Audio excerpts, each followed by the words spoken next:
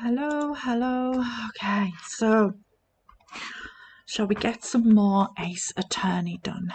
I think I was just trying to remember where we left it off yesterday and I absolutely can't remember. So we're just going to go in load. Oh yeah, we were talking to this weirdo. Okay, let's figure out what she actually knows then. Okay, so somehow I knew. Yesterday was a day of destiny. I knew something was going to happen. Just like I know that the daily special on Friday every week is salmon. Okay. Destiny was yesterday special for some reason. You're a defense attorney, right? You should know then. You should know the foul misdeeds of the evil ones who haunt this den of iniquity. Evil ones. Prosecutors. They have no qualms at all about blackening the name of innocence. And yesterday they paid homage to the most evil one of all. They gave an award for King of Prosecutors. What a farce. King of Prosecutors. So she's saying there was some sort of prosecutors convention yesterday. I was almost compelled to lace their lunches with something foul. Do you have a personal grievance against prosecutors or something? It does sound like. Or is there some kind of scientific evidence of this evil? Young miss, mock me at your own risk. You'll soon find out why they call me the cough-up queen. Okay, do you poison people? The most heinous of all the evil ones, the one they awarded yesterday. It was in his car that they found the body. Proof that he devours the evilest lunches of all. Really? Really what? I'm totally confused. One thing's clear. This lunch lady has a thing against prosecutors. Okay, what did you actually see? Huh? It was a fascinating spectacle, to be sure. I now feel I know what they say when they talk about a woman's wrath. To see Lana Skye wield that knife so... Her knife flashed in anger, bringing him to a sad end. It was truly a sight to see. You mean you saw the very moment of the crime? The sound of his silvery ties to this world being cruelly cut still rings in my ears. And the rhythmic beat of Lana Skye's knife. Wait a second, do you know Lana Skye? Of course. It's quite a feat becoming chief prosecutor. How many lunchboxes of sin did she pack to make that journey, I wonder? She always travels light. Now, why would this pretty lunch lady know the chief prosecutor's name? It's interesting that we're noticing that she's pretty. Okay, let's ask about her. Could we ask you a bit about yourself, Miss Starr? I come here every day to sell lunches. I import only the freshest and best from the Far East. For some reason, the box lunches are a hit here. Okay.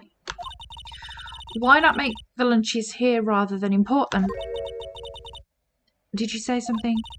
No. Only true connoisseurs can understand.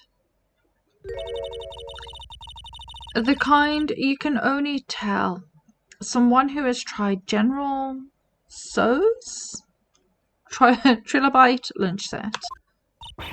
Never mind, you win. I don't even want to appreciate part of a Trilobite's flavour. Anyway, I come here every day to sell lunches. My boyfriend works in the security room here at the prosecutor's office. Your boyfriend? See the security room over there? The glass-walled booth? I sell my lunches, and since I'm here anyway, I drop in to see him. since you're here anyway. I guess selling lunches is more important than romance.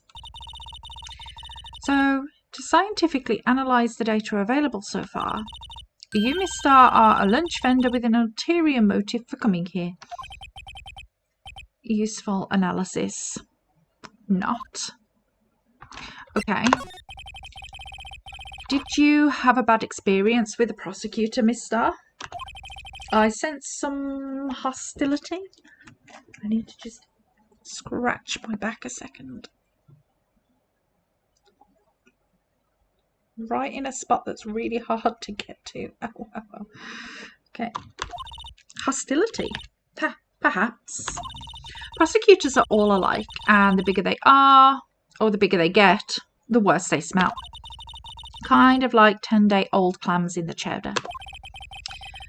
I wonder if Miss Starr was involved in some sort of legal trouble in the past. I mean, it wouldn't surprise me.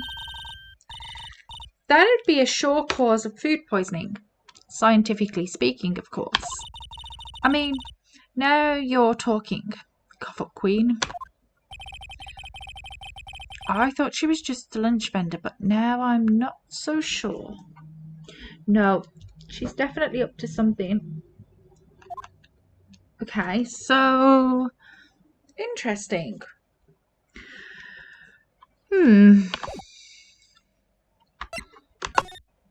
Where do we go now?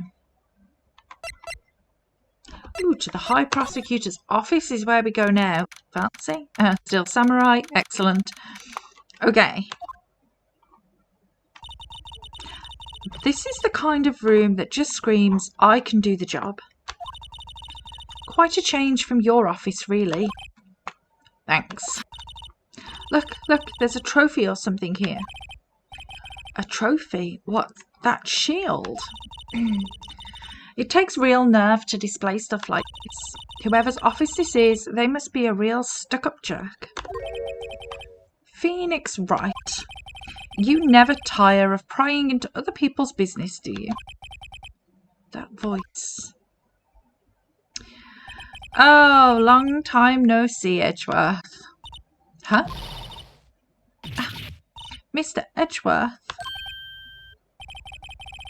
You know him from somewhere? Of course, I'm his biggest fan. My sister introduced us once, and... Right, her sister is chief prosecutor after all. Well, what brings you here? I'll warn you, I've been known to be a real stuck-up jerk. No, did I? No. It was just Mr. Wright here. Hey, don't blame me. We're just here to investigate a murder case. Murder? A body was found in this nasty, bright red sports car in the parking lot. That would be my car. What of it? What? Your car? I'll say one thing, she certainly can scream. Okay, Edgeworth, what's going on? So the body was found in your car. Go ahead, say it right. You think I did it, don't you? After you went through all that trouble to help me last year, no less. No, we don't think you did it. I mean, it was my sister who stabbed him. Wait, no, she didn't do that. I mean... Wait. So you're the chief prosecutor's little sister, then? Yes, sir. Emma Skye. It's nice to meet you again. No, that didn't sound forced at all. Now I remember. You've really grown. I'll admit, it was a surprise for me too. To think that my own car would become the scene of a murder. More surprising still, I'm being forced to prove my superior's guilt. I can understand. Wait, what did you say? Lana Skye is the chief prosecutor. The top prosecutor in the district. She can't prosecute herself, so I'll be the prosecutor at the trial tomorrow. You, Mr. Edgeworth. Okay. To be honest, it's a bit of a miracle I'm still here at all. What do you mean? Rumours. You've heard the rumours about me, haven't you? Miles Edgeworth. It's hard to remember a time when there weren't rumours about this guy. Forging evidence, arranging false testimony, illegal searches, you name it. Thanks to you, my innocence was established in the trial at the end of last year. Yeah. However, there are some who say I'm the one responsible for the current incident. What? That's crazy. Some people need very little excuse to think ill of others. It's a fact of life. Impossible to stop. But some of them even go so far as to present me with toys like this. They think it's funny. Toys? That bronze shield? There's got to be a story behind that one. Okay, let's ask about Lana Skye. Chief Prosecutor Skye, yes, we first worked together on a case 2 years ago. It was my first big case. That's right, I remember. 2 years ago. I wasn't even a lawyer yet. Since then, I always felt that she was looking out for me. It appears I was mistaken. Mistaken? Why? I mean, I know she's not the warmest person, but I'm sure she felt some responsibility for you. Then why? Why did she stab someone in the trunk of my car? Not only that, she stabbed him with my knife.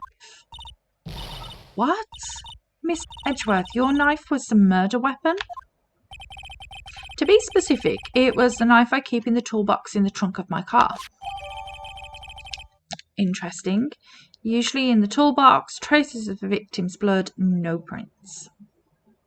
Ooh, that's difficult. Edgeworth? What? Are you sure you didn't do it?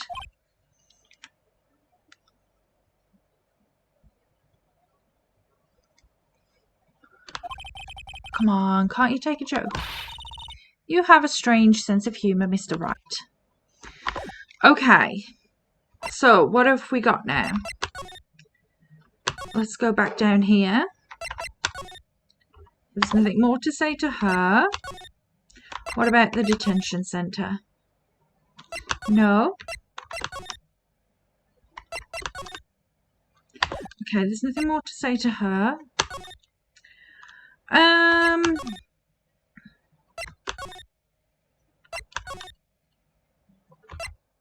Do I need to present him something? Maybe we show him this? Edgeworth, I was wondering about this. Mr. Wright. Huh? What? Are you sure you should be showing that to Mr. Edgeworth? Oh, he'll take it for sure, won't he? Ugh. I wish I could be on the same side as Mr. Edgeworth. But then my sister would be found guilty. If she sighs any deeper, I'm going to start getting depressed. Okay, so maybe we look at this.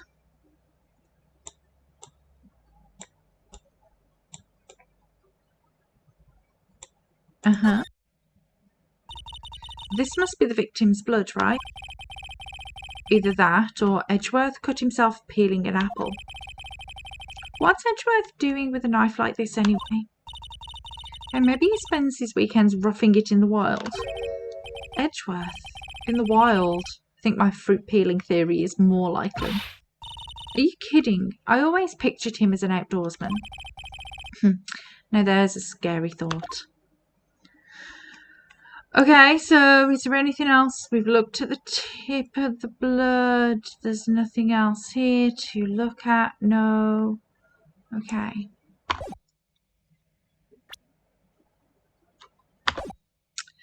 So there must be something else we can do here.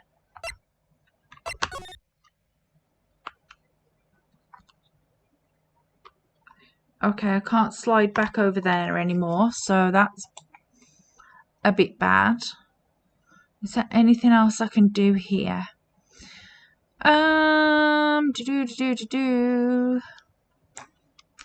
Okay, no.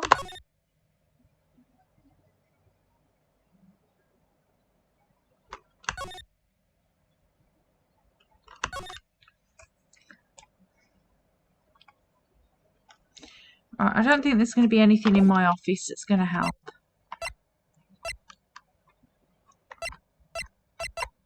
Let's have a look at, let's just see if we can zoom in and out. Zoom in. Okay. Well, that didn't help because I just pressed the wrong button. But okay. Is there anything on here other than the blood? No.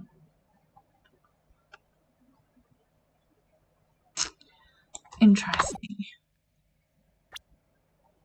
No prints.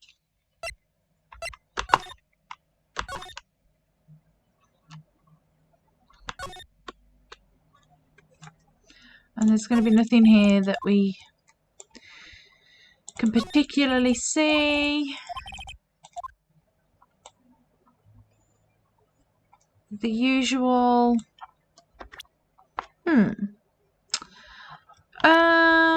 Okay.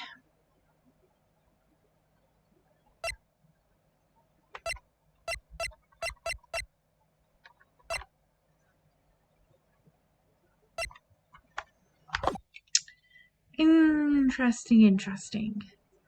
So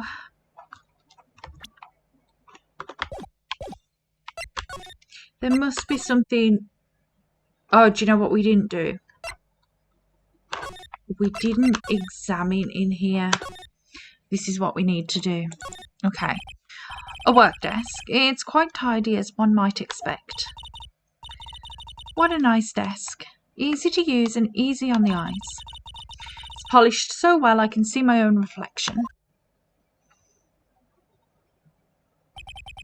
Strange. Why did I just picture Detective Gumshoe? Maybe I'll take that name plaque as a souvenir. Don't. He'll sue you. Okay. So the desk is that. The chess. Hey, a chessboard. I'm not too up on my chess, but it looks like blue's in a bit of a tight spot. The red knights have surrounded the blue pawn. Huh? Those horses are mounted knights. Their swords have really sharp edges. Check out that poor pawn. Its head's kind of spiky. Kind of reminds me of you. Mr. Edgeworth must be an avid chess player. What's wrong, Mr. Wright? Edges surrounding a pawn with spiky hair. Nah, it's nothing. Is it though? Whoa, these are all case files. They're stacked up to the ceiling. There's even a ladder. Odd. I thought Edgeworth wasn't good with heights. He must have someone get them for him. Strange. Why did I just picture Detective Gumshoe? He must study these case reports so closely. He's so cool. You wouldn't say that if you saw him sweating bullets up on that ladder. Okay. Tea set. Ooh, cute. What a pretty tea set. I go more for the instant tea bags myself. Amazing. The drawer below is filled with packets of tea leaves. They're all sorted by place of origin and flavour. Look at this royal blend. What an exquisitely splendid concoction. There's such a thing as taking a hobby too far. Is there though? Big window? Whoa. What a view. Must be nice to have an office on the 12th floor. I guess you would feel important. Incidentally, were you to jump out of this window, the time until impact with the ground would be... Got it. Approximately 3.23 seconds. That's way too long. It's handy to know. Steel Samurai. My. What an amazing bouquet. Just right for Mr. Edgeworth. No kidding. Hey, there's a card on it. Oh, we're not going to talk about the Steel Samurai. Back from the dead. Wendy. Wendy? I've heard that name somewhere before. And beside it, a giant steel samurai. Wow, I want one. Huh? There's something written on the bottom of his foot. Between a rock and a hard place. Wendy. Wendy? Is she Mr. Edgeworth's fiancée? Old bag. I don't think so. It's Wendy Oldbag. Wow, this jacket is even lacier than his usual one. This must be his lucky trial jacket. Lucky jacket, right. I've never seen him wear it. I'm sure there's a story behind why it's in a frame. Maybe I'll be naughty and take a picture. She's getting way too excited about this. I mean, she really is. Okay, I've been wondering. What the heck is this? It has a big K on it. Mumbles of prosecutors. Huh? What's that? It's the King of Prosecutors trophy. King of Prosecutors. It's a great honour. They send that shield to the best prosecutor each year. What? So that K, that's... K stands for King. Yeah, you got a problem with that? I didn't design the thing. King of Prosecutors. Kind of like Employee of the Month, only better. Okay, King of Prosecutors. Interesting, interesting. Why hasn't that ticked off? So that's the King of Prosecutors shield, huh? Well done, Edgeworth. You must be proud to be the King of Prosecutors. Congratulations, King of Prosecutors. Please stop saying that. Still doesn't explain one thing. Why is the tip of this shield broken off? Interesting. Can we look at it?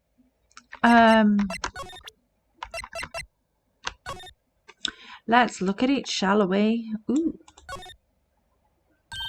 Hey, check it out. There's a metal plate here. Looks like the names of all the previous recipients are engraved on it. Wow, one guy's listed a bunch of times. Von Karma. I guess he must be a foreigner. Yeah, that's probably it. Well, wherever he's from, he must have been an amazing prosecutor. I'd like to meet this Mr. Von Karma sometime. When she says it, his name does have kind of a ring to it. Interesting, interesting. So Von Karma won it a lot. Is there anything else to see here? No. Apart from this is... Okay. That was just the label, wasn't it? I didn't just see something then. Okay. Fine, fine, fine. Let's carry on examining. See if there's anything else to say here. The chair. Mr. Edgeworth has such a comfy sofa. Sofas like this make me want to curl up and take a nap. I bet he pores over his case files here until the wee hours of the morning. Then he takes off his jacket, rolls up his sleeve, and goes to sleep using his arms as a pillow. I don't believe it. She's actually daydreaming about Edgeworth working. I bet in the morning he has sofa hair and little creases in his cheeks from the scene. He's so cool. Sofa hair is cool. Interesting, interesting. Okay, so she's got a crush on Edgeworth. That's fine. No problemo. Okay, let's see if that's opened up anything we can talk to Edgeworth about. No. So let's see if there's any more here. No.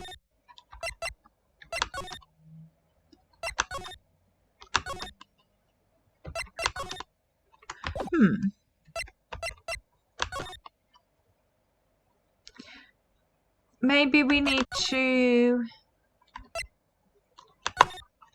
present the shield to him. So basically this says you were the best of the best last year, huh? You can take that foolish grin elsewhere, right? I lost a day of work to receive that travesty. Huh? Why is that? I had to go to the police department to receive that broken shield. police department? Yes. Right next to the police station downtown. You've been there, haven't you? Where Detective Gumshoe works, yeah. I was wondering something about your shield. Why is it broken? What does it matter? I've got more important things to worry about. Oh, right. He doesn't seem too concerned about his award, for better or for worse. Yesterday was a very busy day for the prosecutor's office. Maybe we should ask him more about yesterday. Sure. Could you tell me more about yesterday, the day of the murder? Yesterday was the annual cleaning day at the prosecutor's office. Cleaning day? Working with the police department, we sort and file all evidence for solved cases. We call it evidence transferal. Wiping your hands of old cases, in other words. Oh, and another thing. A ceremony was held at the police department. There's an annual review and awards for outstanding police officers and prosecutors. And that's when you got the shield. I was at the police department yesterday afternoon. I got back here at 5:12. That's very precise. People like myself and Mr. Edgeworth pride ourselves on our precision, Mr. Wright. No, I place little faith in my memory. The only thing I trust is solid evidence. Okay, Edgeworth's parking stub. This is the parking stub from the underground lot. The murder took place around 5:15. So the murder happened right after you got back? What, right? I'd appreciate it if you'd direct that suspicious glare elsewhere. Hello? Excuse me, but is Mr. Edgeworth anywhere on the premises? I'm Edgeworth. What is it? I'm here, sir, at the request of the chief, sir. I've got your report, sir. Report? What? Did you find new evidence in the case against Chief Prosecutor Scott? I don't like the way this conversation is going at all. Sky, sir? No, sir. No name of that kind, sir. Not in this report, sir. I think I just heard Edgeworth's lid blow. Mr. Edgeworth's lid isn't on very tight, is it? I made a clear request to the police department, did I not? I need to focus on the trial tomorrow, so don't bring me anything unrelated. Sir, but sir? I'm just following orders, sir. They told me to bring this to you. I wasn't aware of the particulars. Okay. Give me your name. Yes, sir. Meekins, sir. Officer Meekins. Right, Officer Meekins. Take your report and leave. And good luck with that raise next month. Oh, but sir, I didn't know. Poor guy. Looks like he was absent on the day they gave out brains, and good luck. Good luck. Right. Yes, sir. Oh, God, he caught me off guard. As you can see, I'm busy. You may leave now. Let's do what he says, Mr. Wright. The victim was a detective from the same department as that patrolman just now. Go down to the police station, the police department. You can ask more there. Thanks. He seems to have finally calmed down at least. Okay, so we can move now to the police department.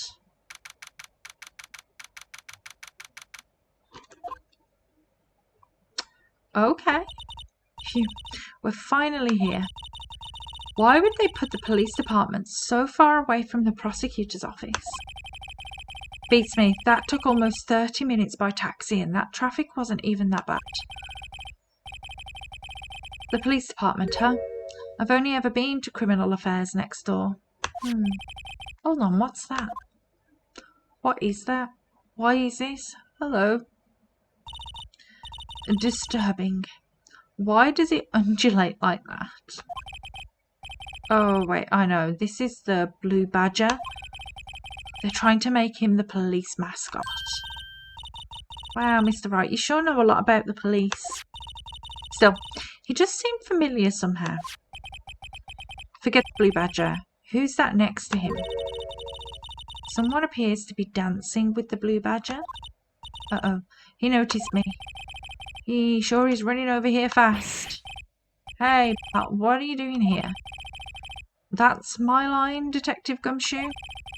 Specifically, why were you dancing over there? What? Oh, well. Well, at least he doesn't seem to be busy. This is our chance to get information. Hey, I'll have you know I'm a very busy man. Okay, so busy. Tell me about the case. I'll give you one word of advice, pal. You better not agree to defend the suspect in this case. Why not? Huh? Well, it's just that the chief prosecutor has confessed to the crime. She says she summoned the detective to the prosecutor's office and she killed him. But what if she's not telling the truth? Yes, well, no. Come on, pal. There's plenty of evidence against her. But what if the evidence was faked? Hey, pal, can I speak to you for a second? Huh? Me? Why is this little girl so peeved at me? She's a relative of the suspect. She is Lana Sky's sister. Oh, the chief prosecutor's little sister. Just please investigate this case carefully, okay? Scientifically. Yes, sir. Oh, by the way, you might want to keep your voices down. You don't want to be overheard using words like faked. Huh? It's a sensitive issue with us these days. So, what are you doing here, Detective Gumshoe? Me? Oh, well, nothing, really. They kicked me out of criminal affairs. Detective Gumshoe, what did you do this time? What do you mean, this time? Then what happened? I know things are busy right now. I mean, with my sister's case and all. It's true. We've never had a chief prosecutor murderer anyone before. Only the highest ranked people are being let into criminal affairs now. The lowest ranking guy there is our chief of detectives. They're not letting any of us rank and file detectives in at all. None of you? I know this is an important trial, but isn't that a little odd? So anyway, I thought I'd spend the day getting the badger dance down. Isn't there anything else you could be doing? The chief of police himself is directing this investigation, pal. And Officer Marshall was assigned to the underground parking lot. Officer Marshall? Now that I think about it, Emma did seem to know that Marshall guy. A patrolman in charge of a crime scene. It's unheard of, pal. Okay, can we examine anything around here? I was wondering about that. What, the dancing blue badger? It's my masterpiece. Really? You made this, Detective Gumshoe? The chief threw together some designs and I just did my thing. Nice work. It's battery powered, so it can go anywhere. There's no switch, so it just dances until the batteries die. Poor blue badger, fated to dance until he drops. Okay, so we have the blue badger added to the records. Let's see what's on this. The usual wanted posters are hanging up in the bulletin board here. Do you know this face? If you do, dial 911. You know, Mr. Wright, I've always thought it was kind of funny. I've never seen anyone who looked like the people in these posters. They hardly even look human. She has a point. Okay, let's check this out. I always get excited when I come to a police station. Why is that? It just feels like I've jumped into a movie. Huh? You know, with all the police and criminals. Well, I don't know if this is all that exciting. Sure it is. Look at those two officers over there. They're probably talking about the latest bust. Funny. I thought they were talking about the weather. I mean, they probably are talking about the weather. The detectives in there look pretty busy. Just imagine, right now, behind those doors, a police drama in action. Somehow, the thought fails to excite me. Let's look at these guys. Look, that patrolman is saluting the other guy. He must be a detective. And then I said, hey, you do that. Your soup will get cold, buddy. That's hilarious, sir. I laughed so hard I cried. I guess he wasn't saluting. He was wiping tears from his eyes. They make a good pair. Sure they do. Mr. Wright, do you know why patrol cars are painted black and white? No idea why. Well, I think they're designed after a panda. A panda. Not that I have scientific proof, it's just a theory. Do you mind me asking how you came up with that theory? It was when I was on a school trip. I saw a patrol car and it came to me. We had just been at the zoo, see? What about zebras? Or did they not have those at your zoo? I mean, he's got a point. The banner here is announcing the crime-fighting campaign. Nice slogan. I wonder if they'll be selling fingerprinting sets. I don't think it's that kind of campaign. What family wouldn't want a set at home? It's good for finding out who snuck into the cookie jar. I think most families can figure that out without the extra help.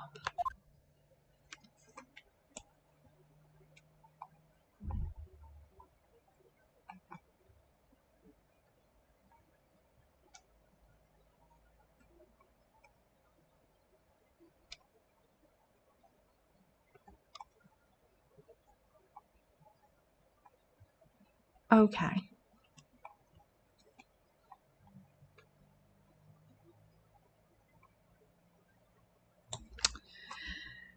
So,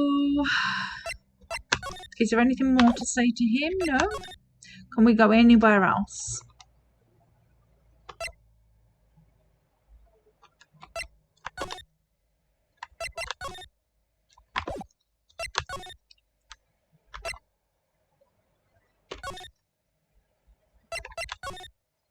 There's nothing more to say to her.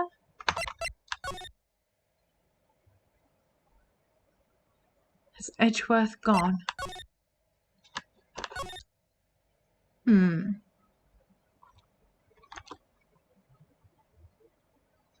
Maybe we look at the blue badger, maybe, I guess.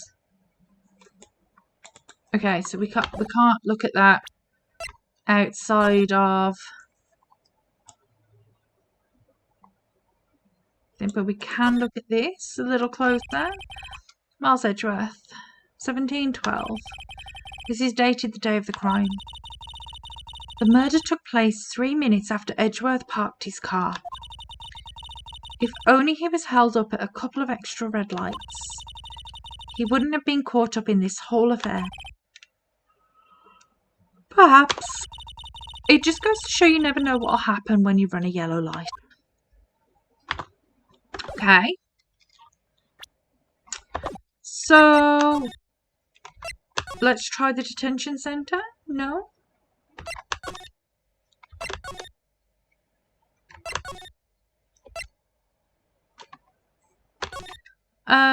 There's nothing more to say to Gumshoe, is there? What about...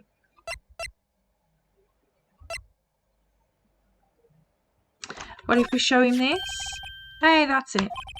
That's the King of Prosecutors Award that Mr. Edgeworth got yesterday. Were you at the awards ceremony, Detective Gumshoe?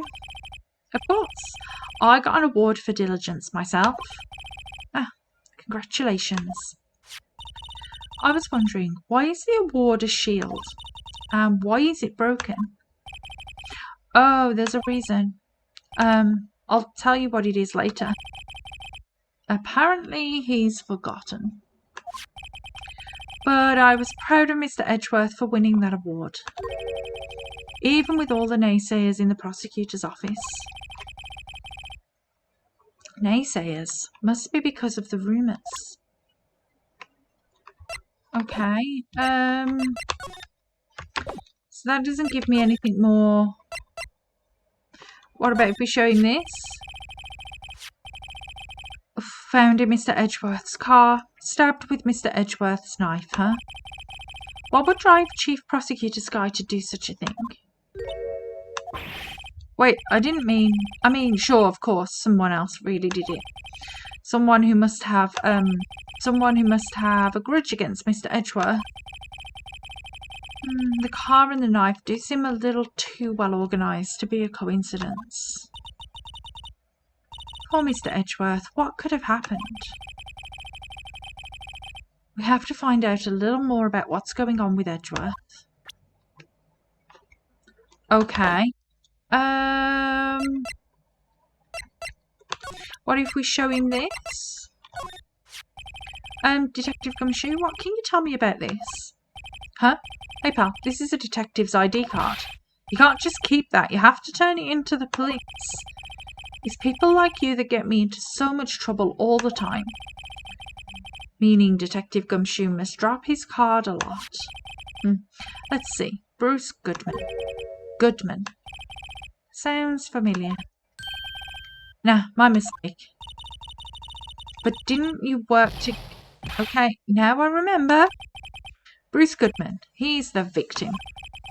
That's what I thought. Can you tell us more, Detective Gumshoe? Potentially not then. Okay, we've got some more. So this ID card belonged to the victim. He was a detective like myself. Detective Bruce Goodman. Don't you think it's strange? I mean, why would the victim's ID card be lying on the ground where we found it? Well, Detective Goodman should have been at the police department yesterday. There was an evidence transferal for a case he handled 2 years ago. Evidence transferal. Mr. Edgeworth mentioned that too. But Detective Goodman was killed at the prosecutor's office. Well, that's the thing. It's hard to say this, but word is that Chief Prosecutor's guy called him out there to the parking lot. And Lana's confessing as much. Okay, let's ask about Edgeworth. He's in a tough spot. Again. I mean, how could we forget? We did defend him. Well, it all started with the murder of that defence attorney Hammond. But Mr. Edgeworth was found innocent. Listen, pal, there have always been rumours about Mr. Edgeworth. Forging evidence, making deals with witnesses, nothing outright, but there were always whispered rumours. Ever since he was accused of murder, no one's whispering. They're practically shouting. But there's no evidence against him. Well, Mr. Edgeworth has always had unusually strong ties to the department higher-ups. It's only natural that people would be suspicious. I had no idea he was under the gun. Anyway, this latest case has started a new rumour. People say the only reason he took this case is because he's aiming for the chief prosecutor's position himself. What? But I know the truth, pal. Nobody wants to be the one who has to prosecute the chief prosecutor. Mr. Edgeworth is biting the bullet on this one. He's doing this for all of us. And that's all I know about that. I'm not officially on the case, you know. Thank you. Why aren't you handling the case, Detective Gumshoe? We met the guy who is, what's his name? The guy in the parking lot?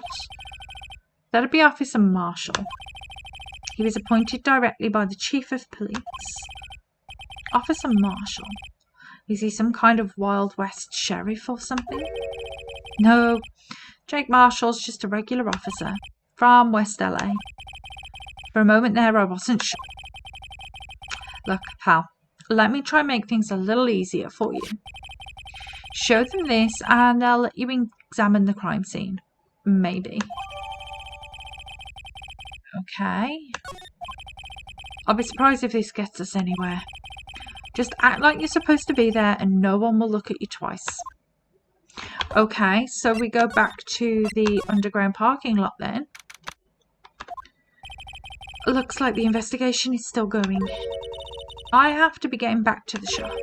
Sorry, looks like I'll be stuck in this pit till the sun sleeps. I'll see you in my dreams tonight then, baby. Oh, still here? Hello. Oh, why the surprise looks? Didn't I mention? Got a boyfriend in criminal affairs too. What happened to the security guard? Hey, what's wrong, Bambina? You're looking like a doggy that lost its herd.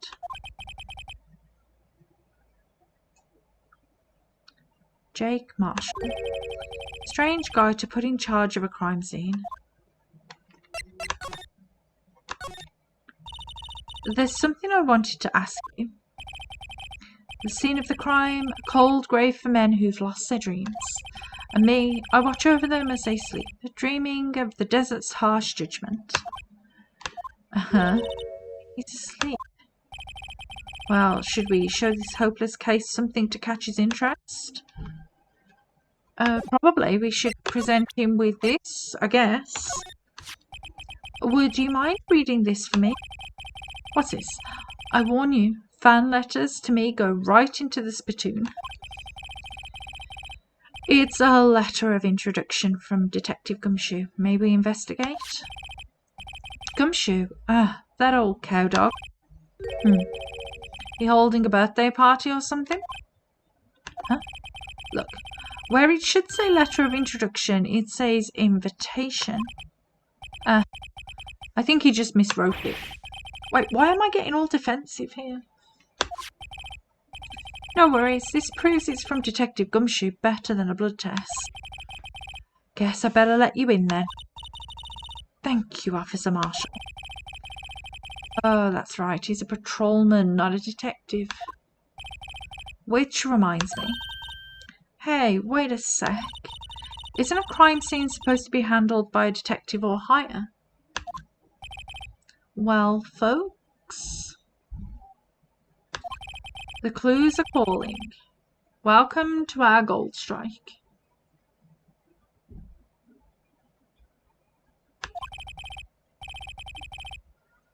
Be like the settler. Strike out for lands unknown. Manifest destiny. Let's have a hootenanny. Note to self, police investigations are like settling land. Well, Mr. Wright, what do you say? I say I won't be needing this anymore. Okay, we've crumpled it and discarded it. Cool. So can we do a slippity slide now? Excellent news. Okay, what's this? Looks like a note of some sort. Look, something's written on it. 6. Is that 675? You're right, let's see. Oh, 67S. 12-2. There's a name printed on the paper above that. Goodman. Maybe it fell out of his pocket when he was killed. Well, so what does it mean, Mr. Wright? How am I supposed to know? Note to self, for deductive reasoning, go to Edgeworth, not Wright. Oh, I'm sure Edgeworth wouldn't know what this means either. Okay, added to the court record. What else have we got? Let's look at the car. This appears to be the car where the body was found. It looks like the lock on the trunk is busted. The crime took place in the underground parking lot at the prosecutor's office. The body was found in the trunk of my subordinate's car. Quite a luxury car. It screams, I have money to burn. Yeah, prosecutors get the big bucks. Okay. A block. This area is reserved for prosecutors. Defense attorneys are relegated to B block. I dream of the day when I will be able to park my car here. I'll go over to B block to buy my hamburgers from you, Mr. Wright. I'm not planning on giving up my job that soon. Okay. What is this? This looks like a cell phone. Scientific analysis would suggest this belonged to the victim. I can't think of anyone else it could belong to. What's so scientific about that? Should we check it out? Of course we should. Right, let's check it out. Oh, that's happening all by itself. Hello. Let's see. Flippity flip. This phone's still on the redial screen. Redial. Mr. Wright. Most phones keep a record of all the calls you've made and received. You just press the blue button to display the last number you called. Convenient, isn't it? I'm surprised you didn't know about it. Sorry to disappoint you, but I even know about things like redial. Huh? Oh, I'm sorry. It's just, you never know with people from your generation. Whatever. Let's check this phone out. Okay, so... Now to see who the owner of this phone called last. Note to self, a defense attorney doesn't think first, he just pushes the button. Hey, that song. I know that. Hey, what's going on over there? Oh, sorry. I see you, partner. You pressed redial on that phone there, didn't you? Well, yeah. Whose phone is this anyway? It was on the ground over there. Whose is it?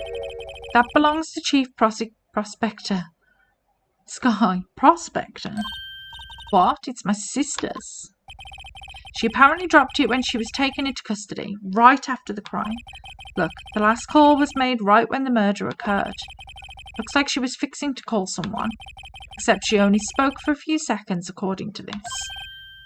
Who did she call? No idea. Sorry, partner. Now, I got a question for you, partner. I heard a phone ring just now. One of those newfangled ringtones. Oh, that. Oh. I'm sorry, that was my phone.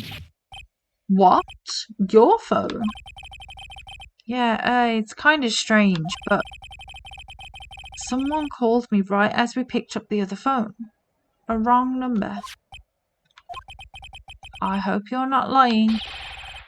They shoot you for that in Texas, partner. Uh-huh.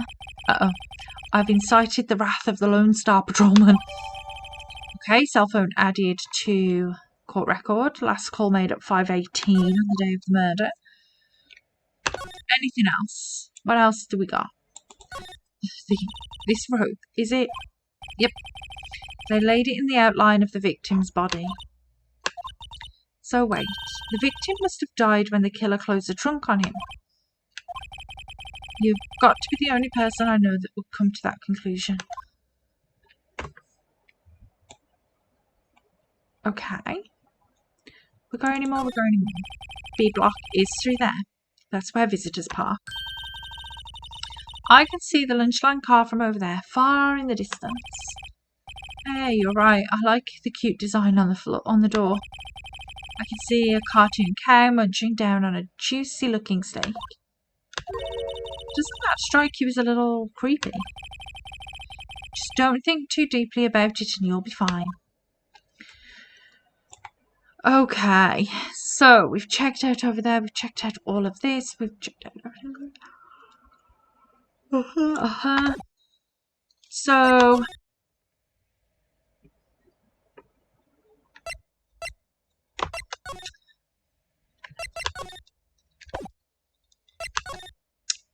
let's try everywhere.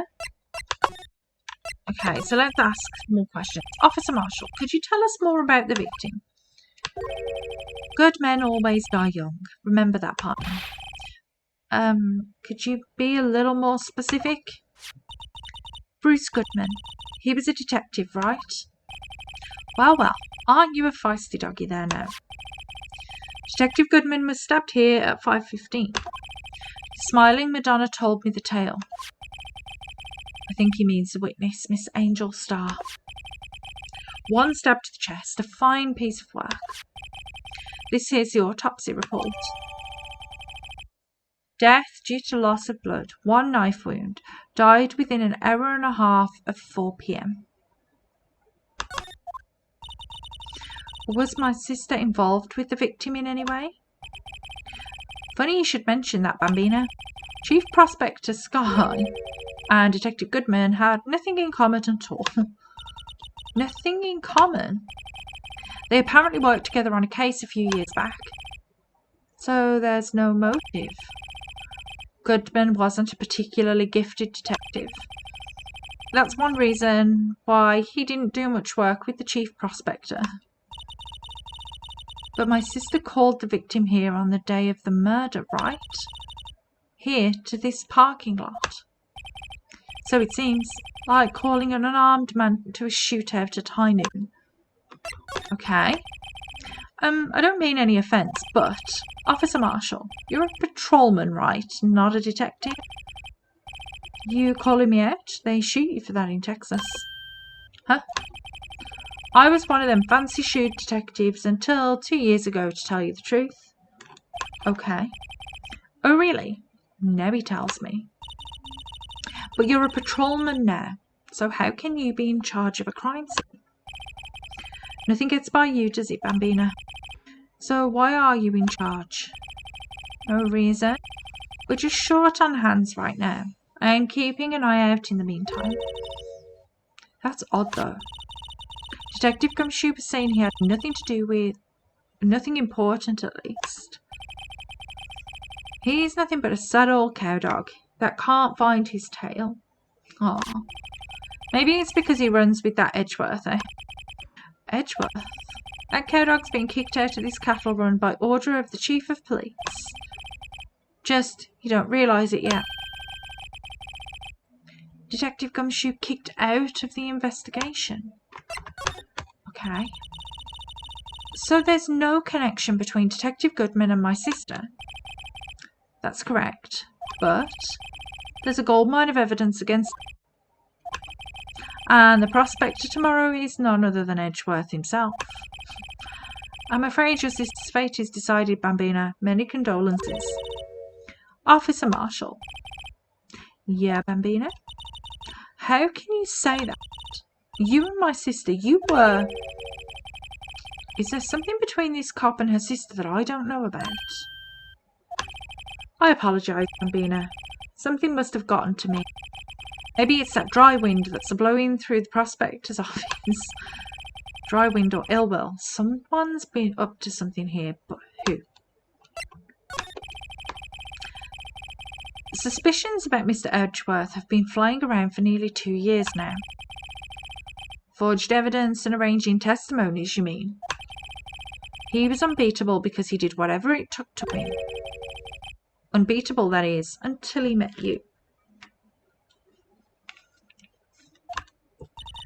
But rumours are just rumours, aren't they? These are prosecutors we're talking about. Evidence is everything to them.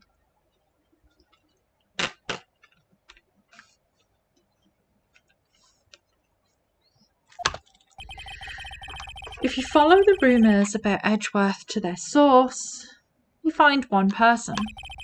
But they're off limits. Untouchable, you might say. One person? Who?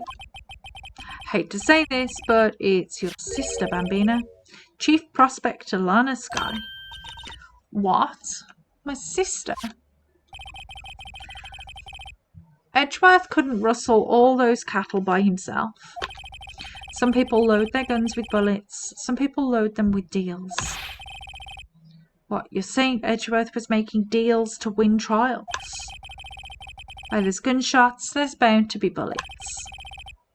That's what the old-timers say. There's a big old secret hidden around here somewhere. Everyone knows it. Is that why Detective Gumshoe was taken off the case? Did they target him because he was closest to Edgeworth? So, well, how are we doing, Mr. Wright? I guess we've got some clues.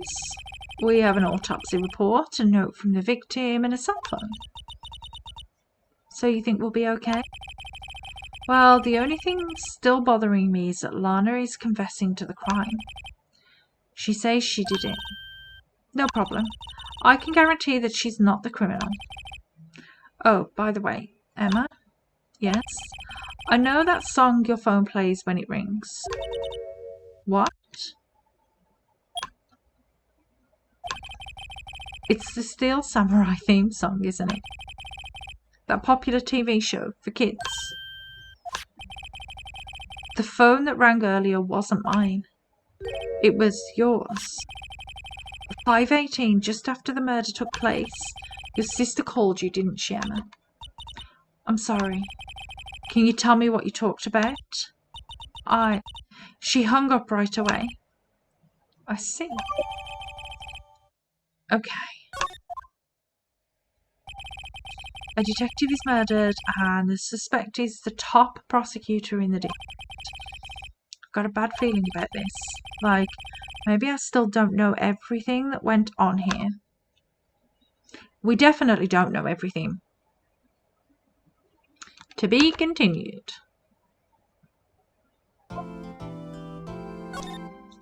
Okay, let's save that. Day 2.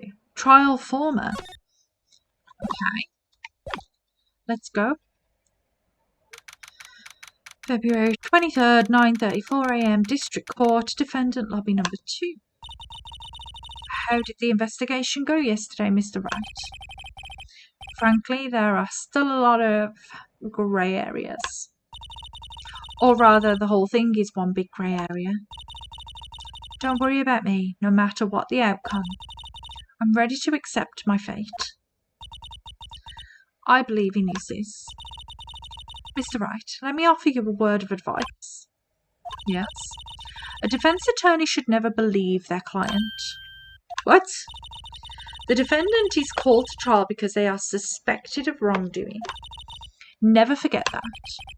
Miss Skye, you remind me a lot of Mia. But there is one decisive difference between you and her. And that is, you're not a defense attorney. I believe it's almost time for the trial. Good luck, Mr. Wright. My first trial without a Fae helping me. No one's going to bail me out this time. I'll be alone in there. So I have to discover the truth all by myself. Let's do it, Mr. Wright. I'll be with you the whole way. Okay. Let's go then. 10 a.m. District Court, courtroom number 9. I don't think we've been in courtroom number 9 yet. Court is now in session for the trial of Miss Lana Skye. The defence is ready, Your Honour. The prosecution has been ready for a while, Your Honour. Edgeworth. It's been 2 months, but I haven't been in a courtroom since his trial. Has he? I hope that personal feelings will not be a part of the proceedings today, Mr. Wright. I will choose the path I think is right, regardless of what those around me might say. The judgment to be made here is in our hands, not those of anyone else. Very well, Mr. Edgeworth. Your opening statement, please. Chief Prosecutor Lana Skye has committed an unpardonable crime. Not only this, but she was rash enough to commit it in the prosecutor's office lot. Wow, he's much more forceful in person. I suddenly feel like confessing to everything. However, she will now pay for her rashness with her life. There was a witness to her crime, a professional witness. Well then, call your first witness, Mr. Edgeworth. The prosecution calls its first witness, Miss Angel Starr, to the stand. The Coffle Queen? Well, of course it's going to be her. Haven't I seen you somewhere? You ordered the caviar lunch, right? Oh, caviar. I've never eaten caviar before. Oh, the judge is really wolfing it down. And for you, I have a fiesta bowl. Thanks. Will the witness state her name and profession? And you, sir, did you order the fingerprint lunchbox? It's too early for lunch. Your name and profession, please. Well, Your Honour, how does it taste? So this is why everybody raves about caviar. It's so tasty it hurts. I always thought caviar would taste like pickled tapioca. What in the heck does pickled tapioca taste like? Name, profession, now. Me? The name is Angel Star. Don't go forgetting it. I find myself running Lunchland these days. Is that what you wanted me to say, Mr. Edgeworth? Very well, witness. Please describe the incident to us. The prosecution will wait. I'm not finished eating. Hurry it up. Very well, Mr. Edgeworth. As you know, we usually call on the police to provide a description of the crime. Your Honour, as Mr. Edgeworth has said to the court, I am a professional. What exactly does that mean? Until 2 years ago, Miss Angel Star was a special investigator with the police. She was a first-rate homicide detective. What? Miss Star was a detective? I know who you are. Cough up. Cough up Queen Angel Star, Your Honour. Long time no see. Very well, you may continue with the description, Miss Star. Just who is this lady? If I might have the court's attention over here. The parking lot at the prosecutor's office is divided into 2 blocks. Block A is for the prosecutor's office personnel. Block B is for visitors and clients. A chain divider separates the 2 blocks. I suppose that's to keep the visitors from taking up the prosecutor's spaces, yes? The crime took place by a car in the back of A block in the car's trunk. The killer stabbed the victim with this knife and went to drive the body out. Unfortunately for her, there was a witness, and an arrest was made on the spot. And just who was this valiant witness? Why, it was me, Your Honour. Okay, parking lot floor plans added. Witness, did you see the very moment of the crime? Of course, Your Honour. Immediately after that, I apprehended the chief prosecutor. It seems rather cut and dry, doesn't it? Well, Mr. Wright? I can't agree on principle, Your Honour. It seems that some poor losers are unwilling to accept the truth, Your Honour. Shall I proceed to crush what little hope they have remaining? If you can, then give them your worst, Miss Starr. Wait, are they talking about me? I think they are. Witness account. Somehow, I always knew a day like this would come. I was on my way to deliver a lunchbox to my boyfriend when I sensed something. Perhaps it was my finely honed detective's intuition at work. Through the wire fence, I saw the chief prosecutor standing next to a garish car. The chief prosecutor was holding a knife in her right hand. Then, she thrust the pointy tip of the knife into Detective Goodman's chest. Bringing a lunchbox to your boyfriend. How touching. As you can see, there's no room for doubt. The key point of your testimony seems to be nothing other than the point of the knife which you saw being stabbed into Detective Goodman. So, how does it feel to be so utterly crushed? I'm still thinking about that. It's merely a flesh wound, Mr. Wright. Very well, Mr. Wright, you may cross-examine the witness. Okay. What do we have? Somehow I always knew a day like this would come. Let's just keep asking questions. How did you know? I respect the prosecutor's basic abhorrence of crime. Yet their methods are ugly and twisted. Twisted methods will always lead to tragedy. The lunch lady's uninformed opinion is duly noted. Given that they are used to erasing... Oh, excuse me, yawning. I've got work later as well. Oh, this is going to be a long day. Okay. Given that they are used to erasing inconvenient evidence at their whim, killing off a detective that knew too much is merely an extension of that. Miss Starr, do you have something personal against prosecutors? I felt that I had found my dream job when I became an investigator. And if I hadn't been laid off by those prosecutors over there, I'd still be one. Laid off? She was fired. To me, prosecutors are nothing more than worms. Is it going to turn out to be her that did it because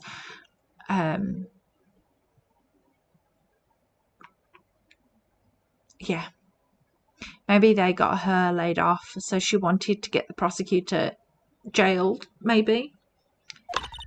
That said, I am a pro. As you know, my testimony is unbiased and flawless. Very well, you may continue, Miss Starr. Okay, I was on my way to deliver a lunchbox to my boyfriend. This boyfriend. He's the detective. Not that boyfriend, the security guard. That boyfriend. You have several? Yes, this boyfriend, that boyfriend, and the other boyfriend. Care to join? The yet another boyfriend position is still open for applicants. I'll stick with the lunches, thanks. Note to self. The judge had to think before replying. The security guard room is in the lot, in A block. It's up on the second level, so you can see everything from there. That would be the room with the security sign. Incidentally, did you bring your lunchboxes by car? Since I'm a visitor now, I parked in B block. So, she was in B block when she witnessed the crime? When I sensed something. Perhaps it was my finely honed detective's intuition at work. Okay.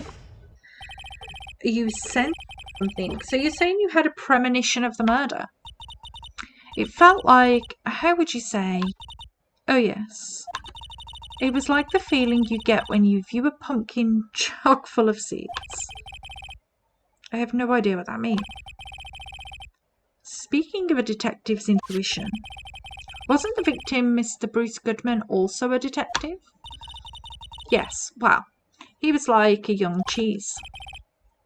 A young cheese. A pale white cheese, not yet tangy with experience on the streets. A greenhorn. Then I must be hard-yellowed and sharp as a tack. Yeah, with the odour of an old cheese to match. In any case, there in the lot I felt something stirring in the back of my mind. Through the wire fence, I saw the chief prosecutor standing next to a garish car. By a garish car, you mean Mr. Edgeworth's car, yes. Mr. Edgeworth's? Incidentally, the knife with which the victim was stabbed was also Mr. Edgeworth's, wasn't it? Indeed it was. What an odd case this is. And the person you saw, you are sure it was the defendant? I saw her from no further than 30 feet away. I am certain it was her. If she's telling the truth, we're doomed.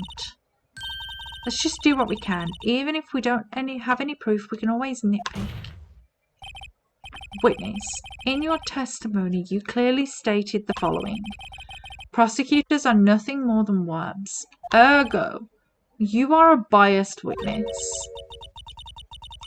You might want to keep those silly opinions to yourself in the future, rookie. Huh? Rookie?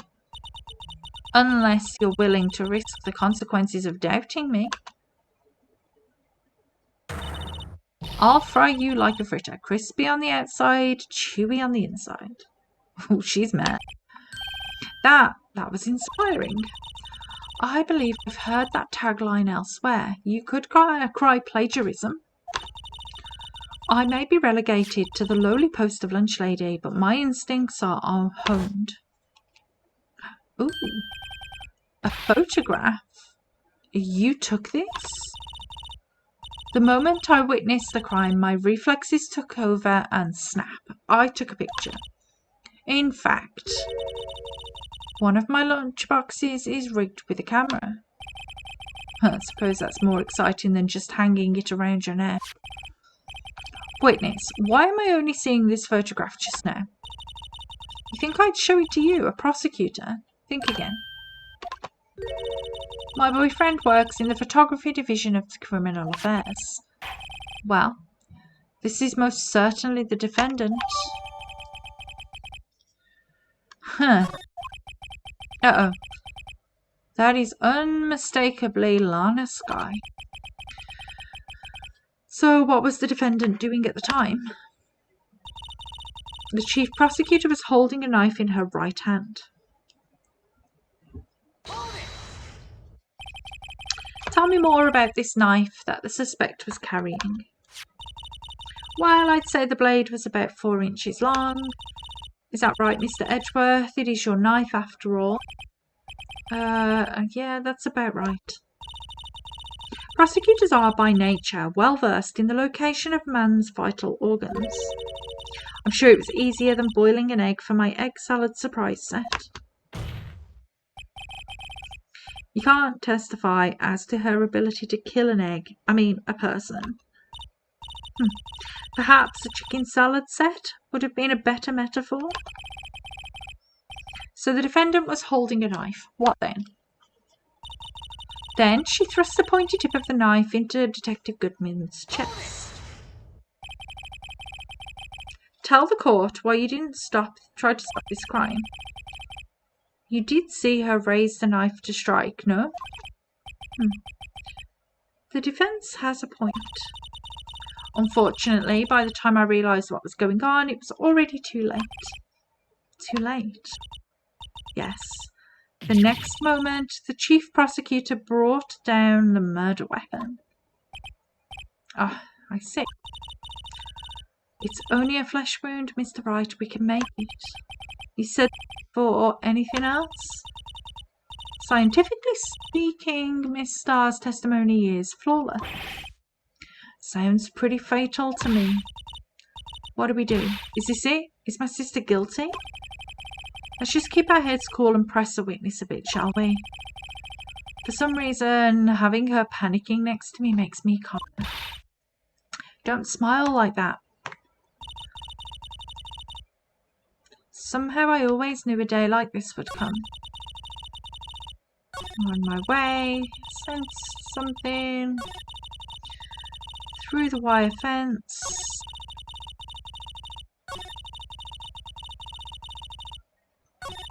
Okay.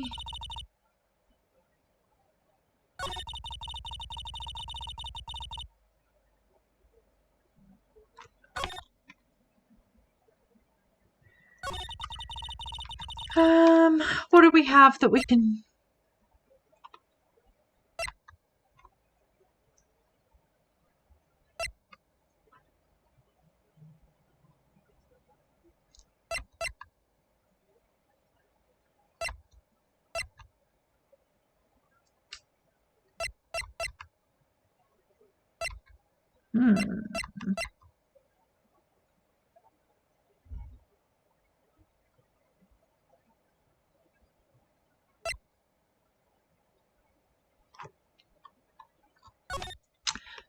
Okay.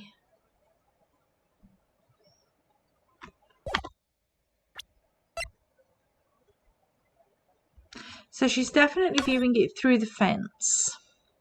Where's the knife? Where's the phone?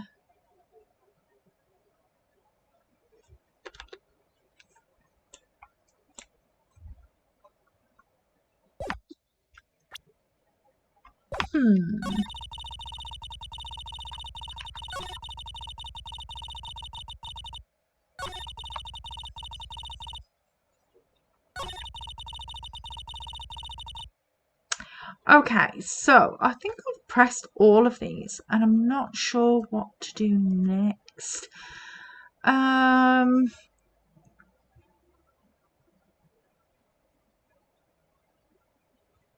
Let me think.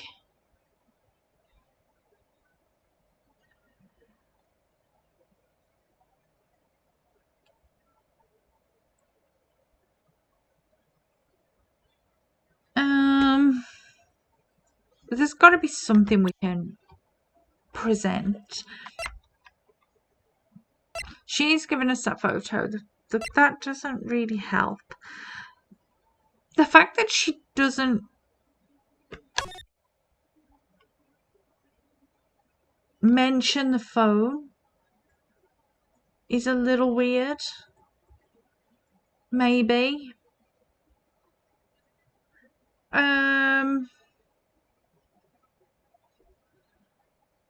So let's...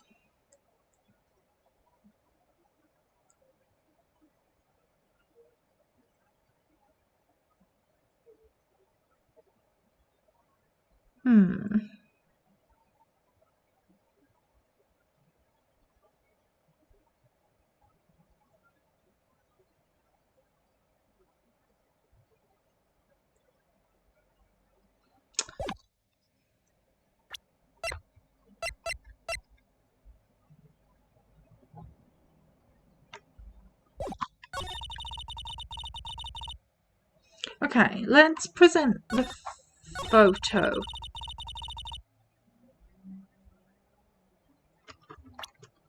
Because she's not actually holding a knife.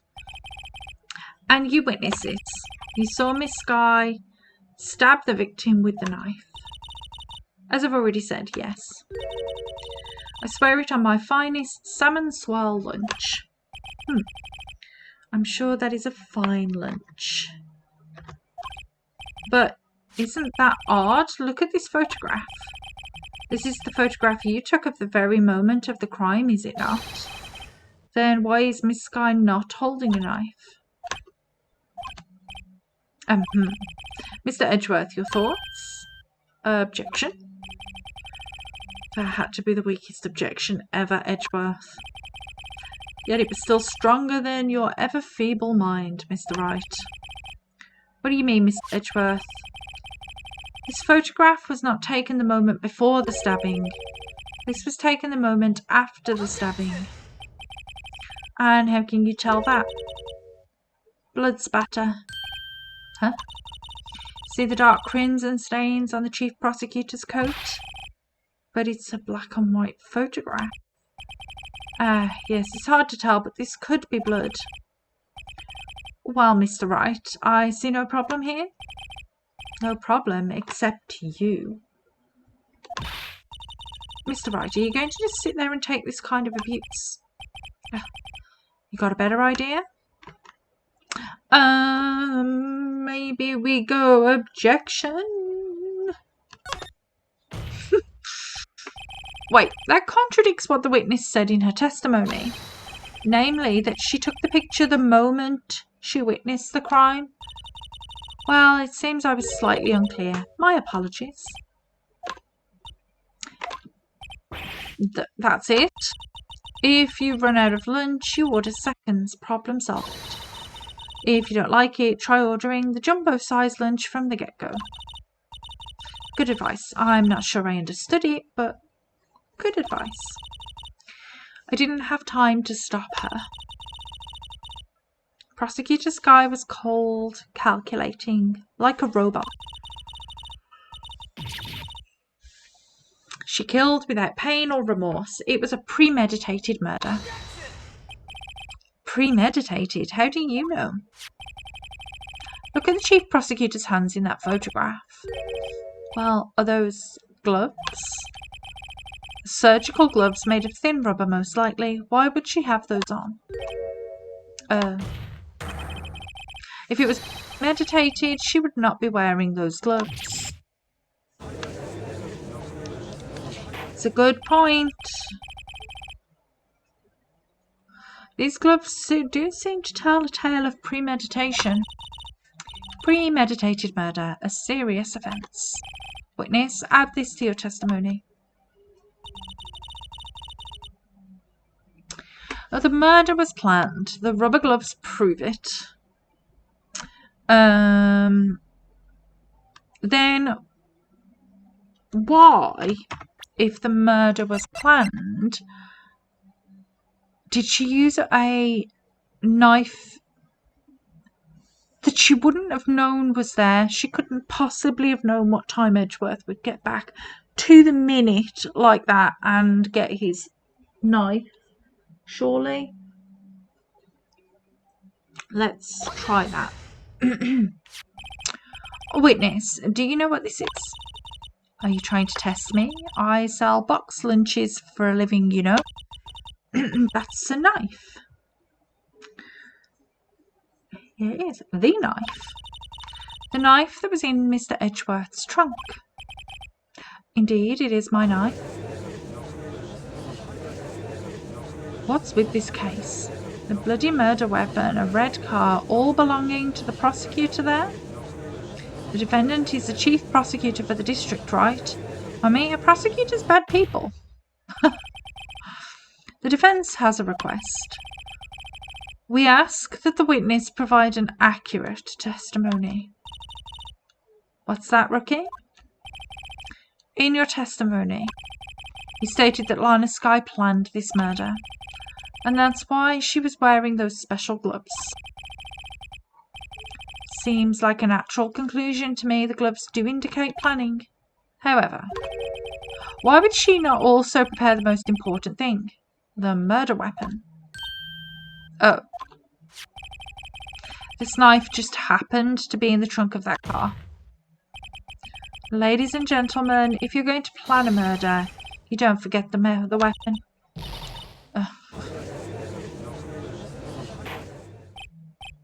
Order, order, order. Great. Now the tide is turning in our favour. Great show, Mr. Wright. My sister's as good as free. Hardly. Right. I believe the next lunch you'll be eating is humble pie. What? I hope you weren't deluding yourself into thinking that the tide has turned. Not over such a trifling detail. But this shoots a hole in the whole premeditated theory. Bah. The prosecution could care less if it was premeditated or not. The only one here who seems to care is that lunch lady over there. The defendant, Lana Skye, murdered a detective with a knife. That is the only thing the prosecution need prove. Nothing else. Very good, Mr. Prosecutor. I suppose you think you're clever now. But you know as well as I do that she planned on killing him. It was planned. If it wasn't, why would she have been wearing... I believe I'd like to hear your testimony again. Witness, please tell us only what you saw, not what you thought. How dare you? My powers of deduction are not to be underestimated. Really now. Okay, Angel's deduction. Lana Skye intended to murder Detective Goodman. That's why she called the victim all the way to the prosecutor's office. I'm sure the chief prosecutor had a grudge against the victim. Nothing else could drive that human machine to plunge the knife in again and again. That's a lie. He was stabbed once. The victim was summoned from the police department to the prosecutor's office. It does sound a lot like premeditation, doesn't it? So if I ordered a pizza, does that mean I'm planning to kill the delivery boy? In any case, the defence may now cross-examine the witness. Okay, I want to talk to you about this again and again. Part.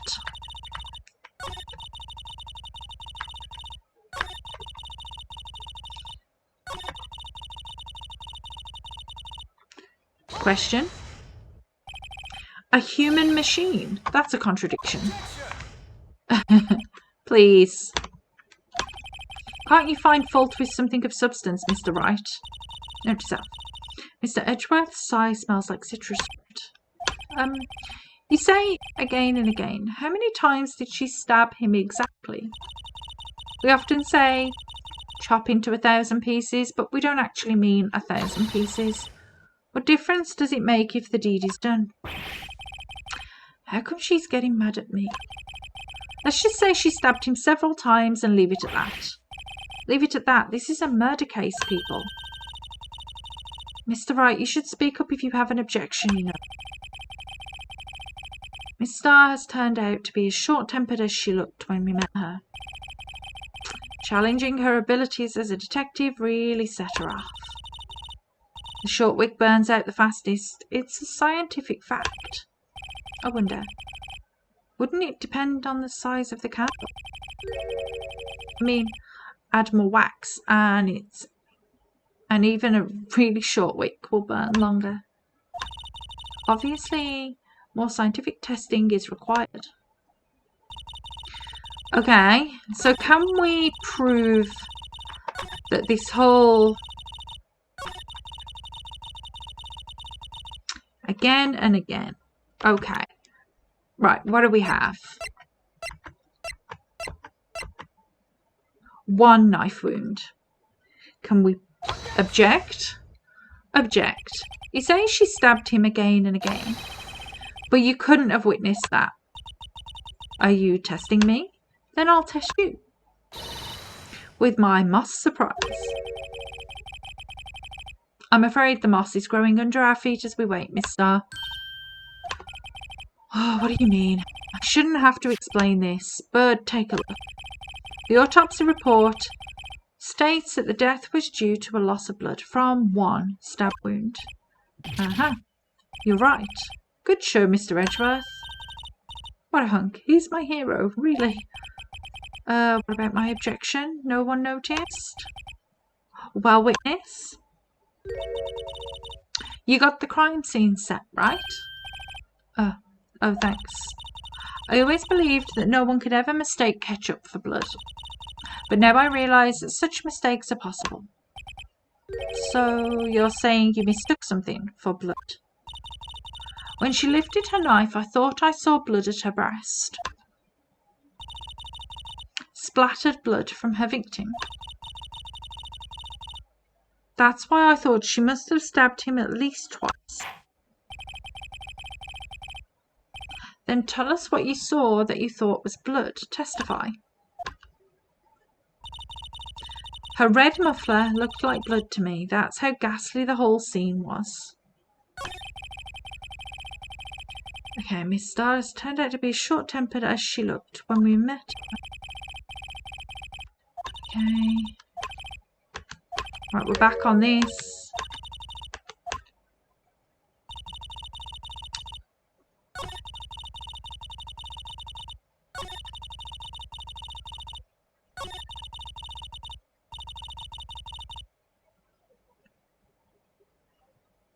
Do we have anything?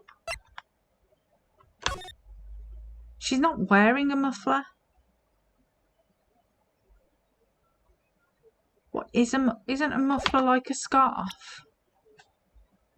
Is that not what that is?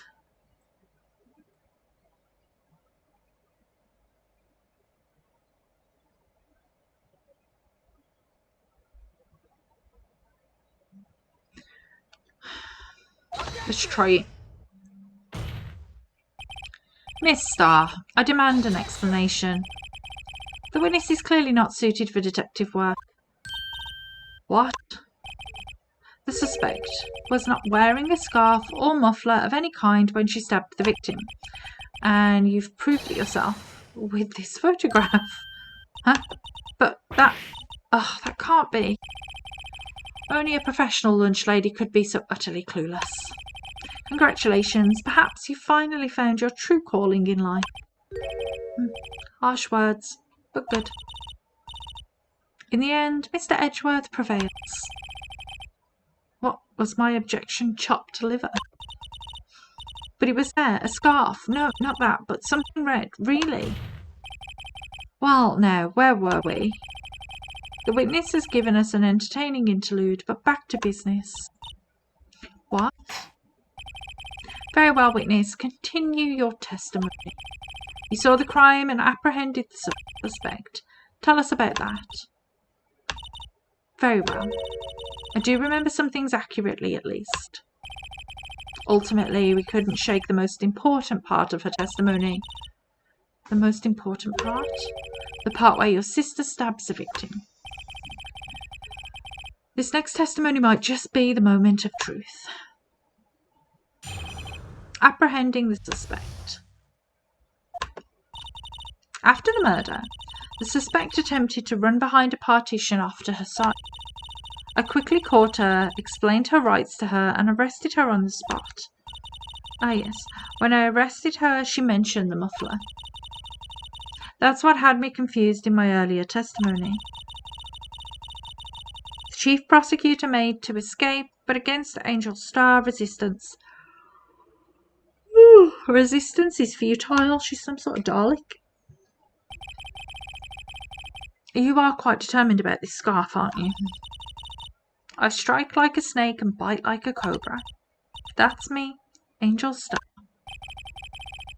That wasn't a very good metaphor. It wasn't really, was it? First of all, a cobra is a kind of snake. Don't bother me with details unless you want to get bitten. No thanks. Note to self, Mr. Wright is weak against poisonous snake bites. The chief prosecutor tried to resist, but her efforts were in vain.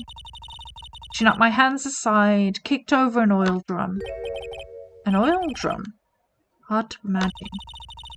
Oh, she's beautiful but deadly. A predator, this one. A leopard woman. Very well, Mr. Wright. Your cross-examination, if you will.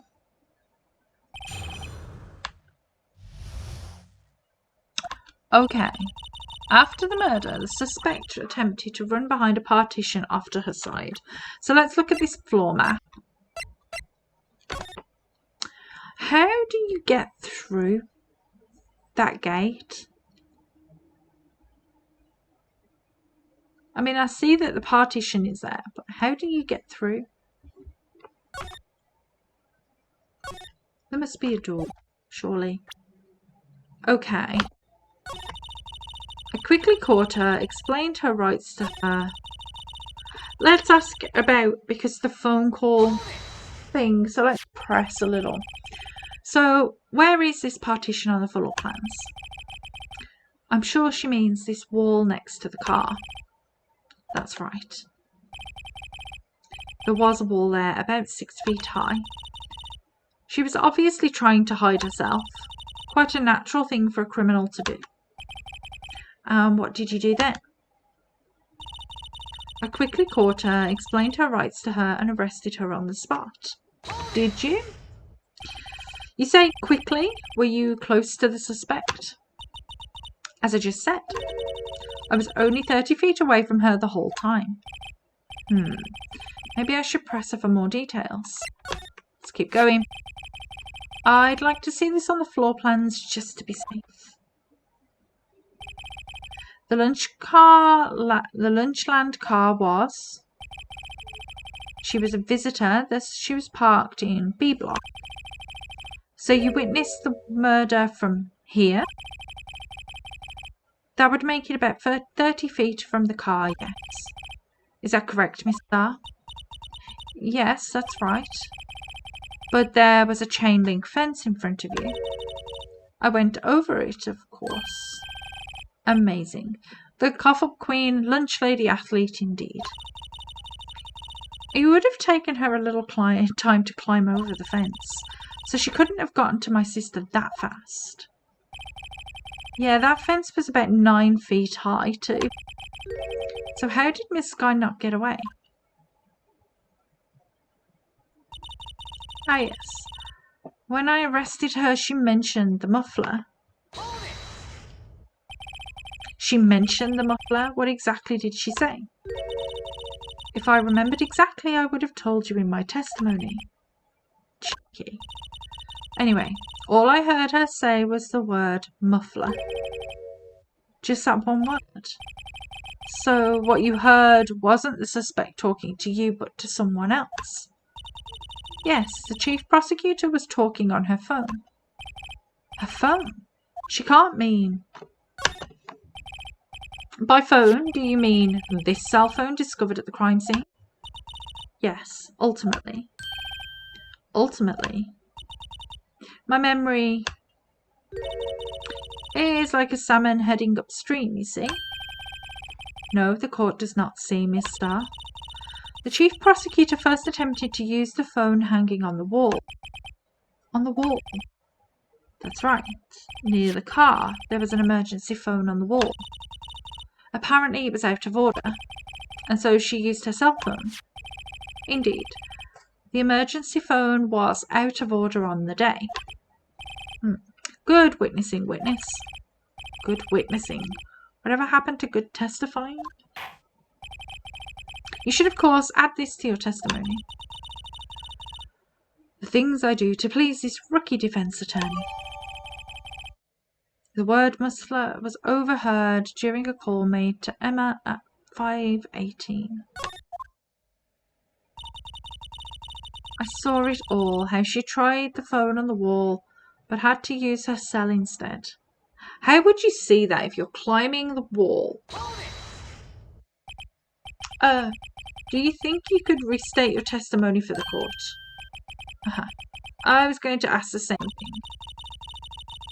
I'll only say this one time, so listen close, rookies.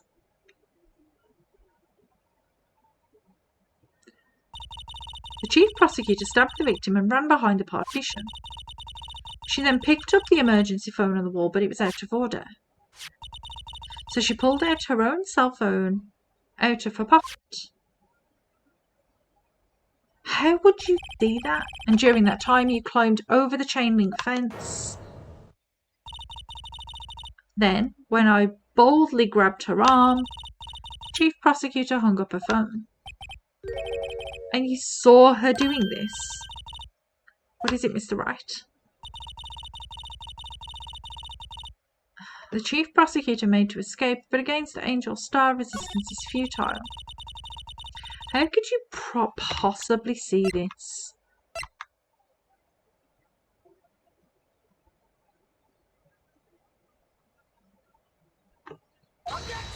Objection. Miss Starr, I have to conclude that you have a personal grudge against Miss Lana Skye. The witness is a former detective. Her testimony is unmarred by personal bias. Well, who would have thought you would be my knight in shining armour, prosecutor? You who, together with the chief prosecutor, kicked me out 2 years ago. Well, Miss Starr, this is a fatal contradiction with your testimony. How do you explain this? I don't know what you're talking about. Mess with me and I'll make you cough it all up.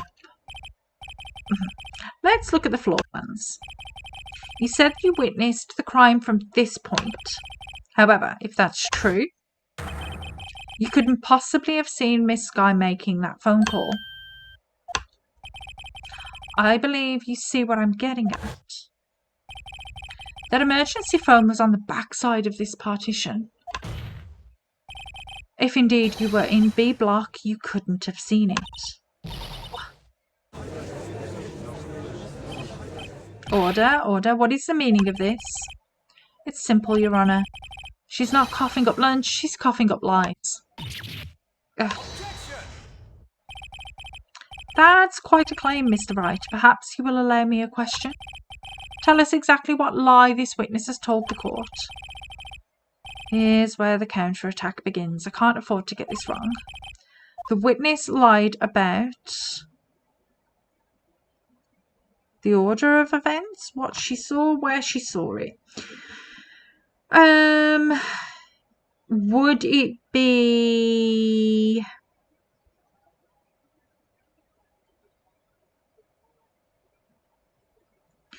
where she saw it? Let's try that. Miss Skye tried to use the emergency phone, but it was out of order. What is significant about this fact? Nothing. Therefore, it would be pointless for Miss Starr to lie about it. Pointless to lie, I see.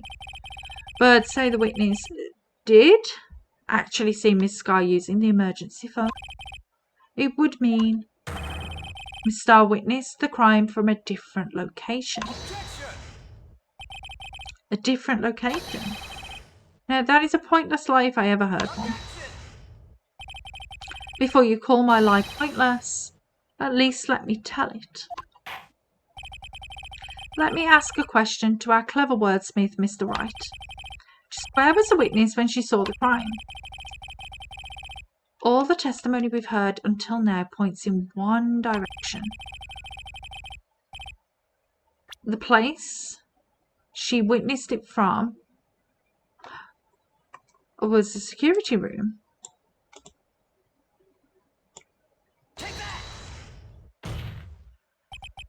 This is the only place where she could have been. The security guard room. Indeed. The security room in the underground parking lot is well positioned. It's built on the second floor, so you can see the entire lot. She would have been able to see the emergency phone from there. But why there? There are many other places where she could have seen the phone. Not in this case, Your Honour. The witness, not being part of the prosecutor's office, couldn't park in A block. The only place she could have seen the crime and the back of the partition is here. I remember in your testimony you said you bought a lunch to your boyfriend in the security guard room, yes? Well, Miss Starr, how many years have I been getting the better of men to think that the tables could be turned? Today a man has got the better of Angel Starr. Interesting. Order, witness. What have you done? You used to be a detective. You should know better. I'm not turning back. The guilty will be punished, and I'll do what I must to make sure that justice prevails. The guilty? Is she talking about Miss Sky? Mr. Wright, doesn't this strike you as odd? Why did Miss Starr lie? It doesn't make sense. Huh? She could have just said she saw the crime from the security guard station. It wouldn't change anything. Exactly. This photograph tells all. It was the defendant who stabbed the... No, there's somebody else there, because how would she have taken that photo and been in the security booth at the same time? The truth still stands. It still stands. I disagree, Mr. Edgeworth. What? If a witness is found to be lying, they're guilty of perjury. She knows this. She wouldn't risk that without good reason. So tell us what her reason was, Mr. Wright. Huh? Me? Who else? Mr. Wright, let's review what we know.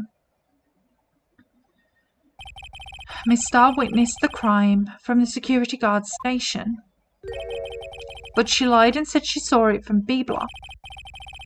It must make a vital difference, but what? What would it change? The angle of view to the crime, the distance to the crime, the distance. It changes the distance between her and the scene of the crime. My condolences, Mr. Wright, but one look at the floor plans and it's quite clear. The distance between the scene of the crime and the guard station is 30 feet. I don't see how that would change what she could see. What she saw is not in question here. What matters is the time it would take her to reach the scene of the crime. Miss Starr, you witnessed the crime from the security guard station. Now, how long did it take you to go from there to the scene of the crime where you arrested Miss Sky? Well, witness, you... Yes. You ordered the squid wheels, right? The quality of my lunches has gone from low to inedible. I was bringing a PB&J lunch with fresh boysenberry jam to my boyfriend. Boysenberry for the boyfriend. He wasn't in the station, so I waited. I witnessed the crime from the glass-walled station. and before I knew what I was doing, I found myself running towards the scene. But the door was locked. I couldn't open it. So she had to go all the way around. That's why I had to go through the visitors' parking in B block. That's quite a detour. It probably took me at least 5 minutes to get to the scene of the crime. 5 minutes? Why would she hang around that long? This changes things considerably. But it was that woman over there in the defendant's chair who stabbed him. I know it. I have photographic evidence. I swear it. I swear it on my finest plastic spork. You have a point, and the spork is a wonderful invention. Would you like another caviar lunch? Absolutely. Mr. Wright, you have to do something. Do I have any evidence to stop this? Let's raise an objection. 5 minutes between the witnessing of a murder and the arrest. Think about it. You could make a pasta in that amount of time, if you like it al dente. I've got lunchboxes that tie pasta into knots, rookie. 5-minute blank. Isn't that strange? Strange. If you were a criminal, what would you do with that 5 minutes, Your Honour? Well, I guess I'd flee the scene. Hey, don't get the wrong idea. I didn't kill anyone. But you have the instincts of a killer. You would run. But this time was different. Miss Skye dawdled at the scene of the crime. She even had her picture taken. No true criminal would act this way. It's inconceivable. Yeah. Well then, it seems we've come to the end of this testimony. The witness has a grudge against the defendant and a blank in her testimony. Mr. Edgeworth is the next witness ready to go. Unfortunately, I appear to have overestimated the witness on account of her professional history. We did it. We screwed that can shut, Mr. Wright. That was too close. I'm afraid that the cough-up queen has been dethroned. And with that, court is adjourned.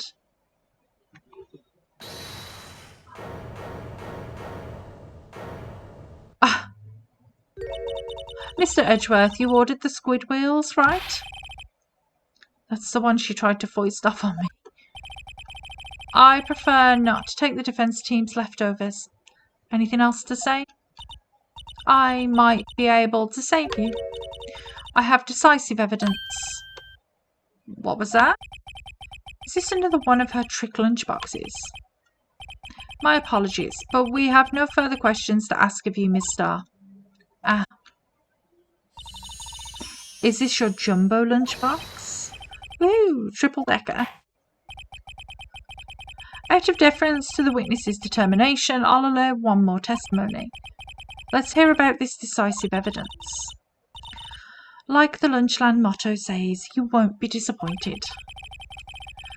Oh, what's she going to pull out of her lunchbox this time? Let's see, shall we? I should have mentioned those 5 minutes when I wasn't looking at the crime scene. And now, to the matter of the victim's shoe. Did I not bring this up? 2 types of blood were found on this shoe. One, of course, was the victim's. The other blood type matched that of the defendant, Miss Lana Skye. This shoe proves it. It's flawless, decisive evidence. What? There was blood found on that shoe. Try Lunchland for all your lunch and decisive evidence needs. Witness, what is the meaning of this? Why is this the first time I've heard of this evidence? Simple. As I've already said, I don't trust you with evidence, Mr. Edgeworth. That's why I took the liberty of investigating this myself. Low blow. And you had blood tests performed? Didn't I mention? I have 3 boyfriends in forensics. Of course. In any case, Your Honour, I can't accept this as evidence. What? You must know that the 2 rules of evidence. Rule 1, no evidence shall be shown without the approval of the police department. In other words, this shoe is illegal evidence, at least for the time being. Is that right, Mr. Wright? It seems so. Edgeworth sure is celebrating. Not so fast, Mr. Edgeworth. Don't forget, I used to be a detective. As I mentioned previously, this shoe has already been tested by a member of the forensics department. As you can see, it was approved by the police department as of today. Even the general public can produce official evidence, Mr. Edgeworth. Is that right, Mr. Wright? It seems so. Edgeworth is looking pretty sullen. You could at least study some evidence law, really. The prosecution's complaints notwithstanding, it appears that this evidence satisfies the first rule of evidence law. However, it seems you have yet another count against you, witness. Anything to ensure that the guilty are properly judged. Okay, white enamel shoe bears traces of blood from Goodman and Lana Scott. Okay. Very well, Mr. Wright, you may cross-examine the witness. Okay, what have we got now? So, decisive evidence. Should have mentioned 5 minutes. Matter of the victim's shoe. 2 types of blood. The other blood type matched that of the defendant. How is it decisive, though?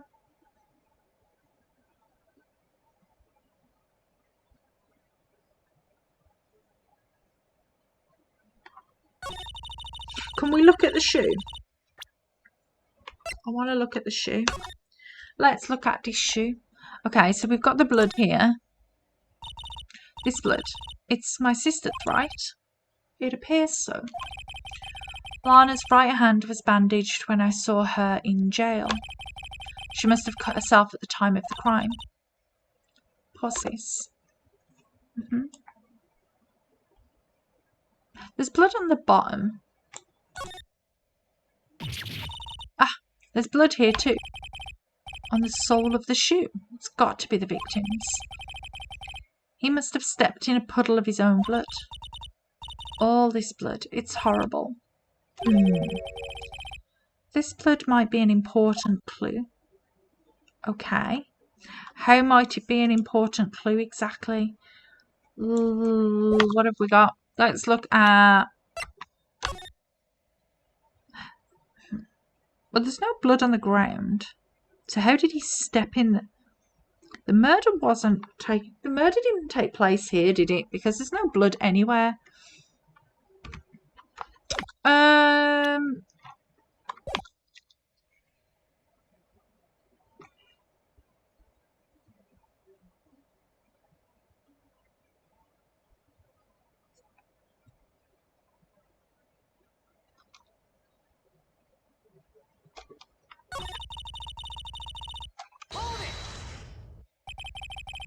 I can't let this evidence go through without fight. You ordered the peppered fish guts, right? Gross. Some like it hot, Mr. Wright. Some, like your client, she's in enough hot water to make a whole vat of soup.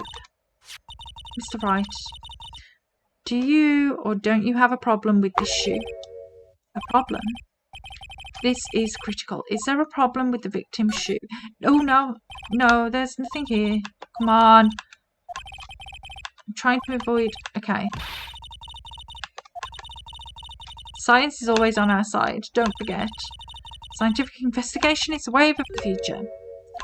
Okay. I need to do that again. And actually say there's a problem. I pressed the wrong thing.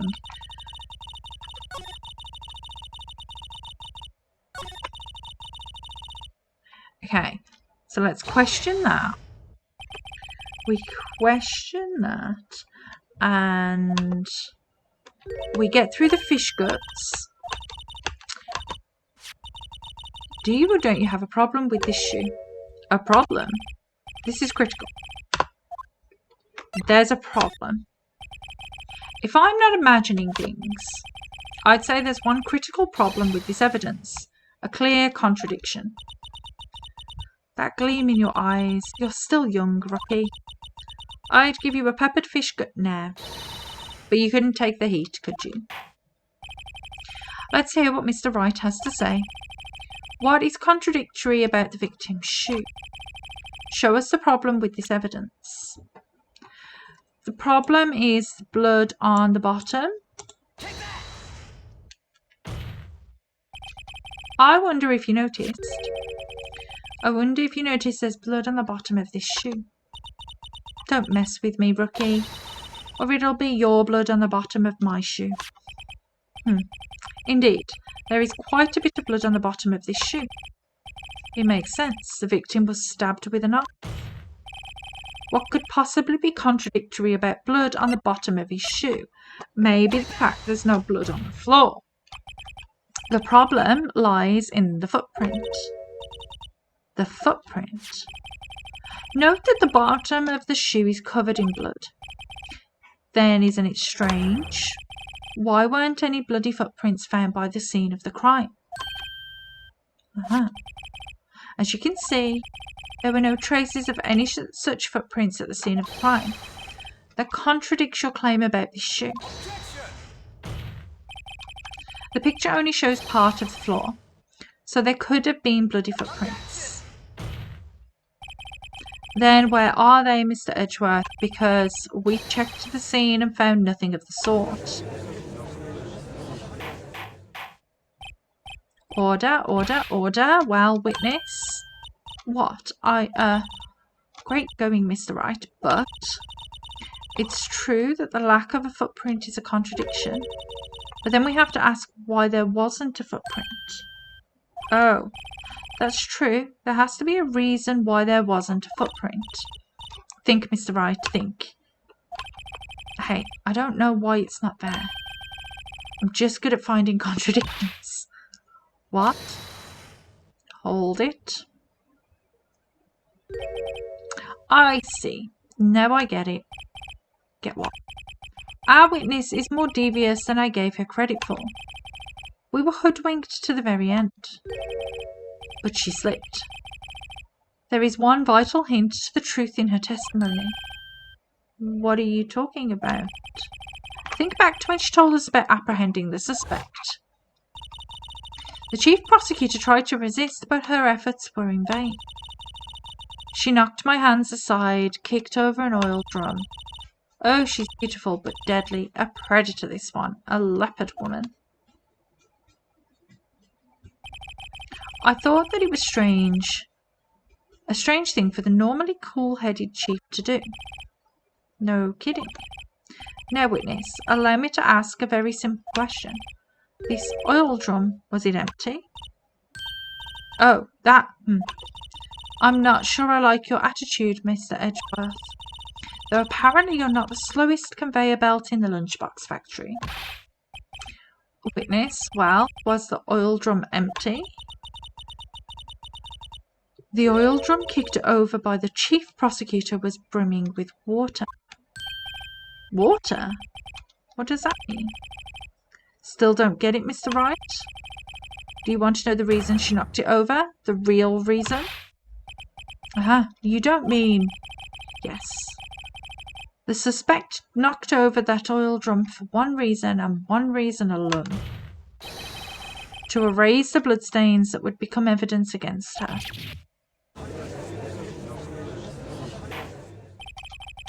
That ties things up quite nicely. The bloodstains left on the victim's shoes tie her quite clearly to this murder.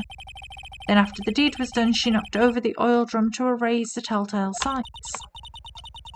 Why, that's a prosecutor's speciality, erasing evidence. That reminds me. Miss Skye's right hand was hurt. Didn't she say she cut herself when she stabbed him? So that's when my sister's blood got on the shoe. Well, I see no reason to prolong this trial. Mr. Wright, do something, please. What? What can I do? Your sister has confessed to the crime and she tried to conceal it. But enough. There is no need for further debate. The verdict, Your Honour? Very well. But Angel Star is on the prosecution's side. She could have been lying about the water. The court finds the defendant, Miss Lana Skye. Come on, hold it. Little girl, what did you just say? Huh, me? Did you say that I, Angel Star, was on the prosecution's side? Well, yeah, you are. You're saying my sister hid evidence by erasing the bloody footprints. Well, I thought you'd had your fill, but here you are, demanding a second helping. Another lunchbox? A lunchbox called evidence. Wait, witness, don't tell me you have something else. The time for deliberations is past. Any further comments and you will be held in contempt of court. Your threats don't scare the cough-up queen. Look at this.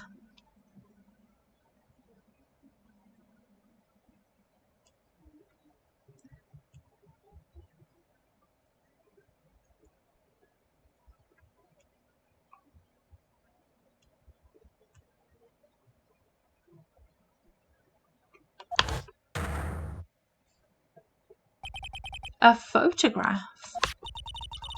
I had it just in case anyone had the gall to suggest that the white shoe didn't belong to the victim.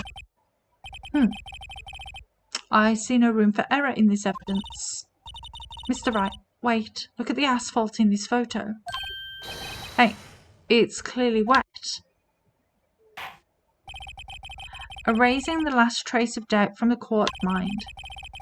Immediately after the murder, the crime scene was washed with water. I'm sorry, Mr. Wright. I guess I couldn't help after all. It's not your fault. I knew I couldn't win this case from the beginning. And it seems this is what your sister wanted anyway.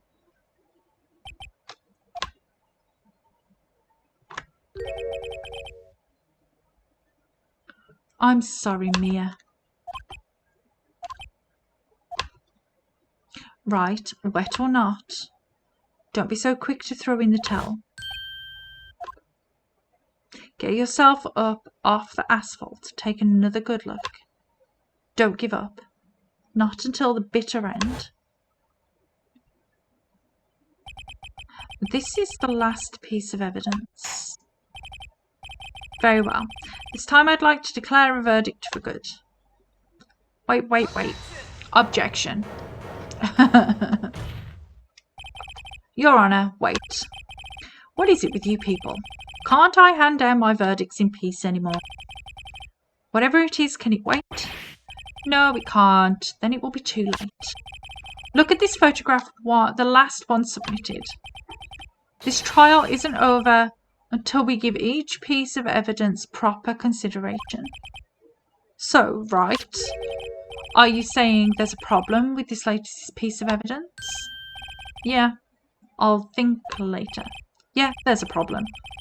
Right or wrong, I've got to go ahead with this. I suppose since we've come this far, we should give every claim a fair shake. Very well, Mr. Wright. Show the court the problem in this photograph.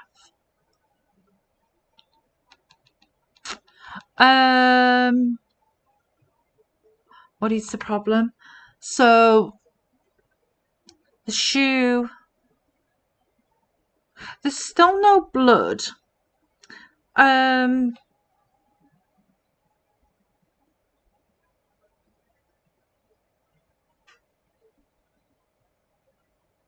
What is the problem? There's water on the floor. The shoe is on its side.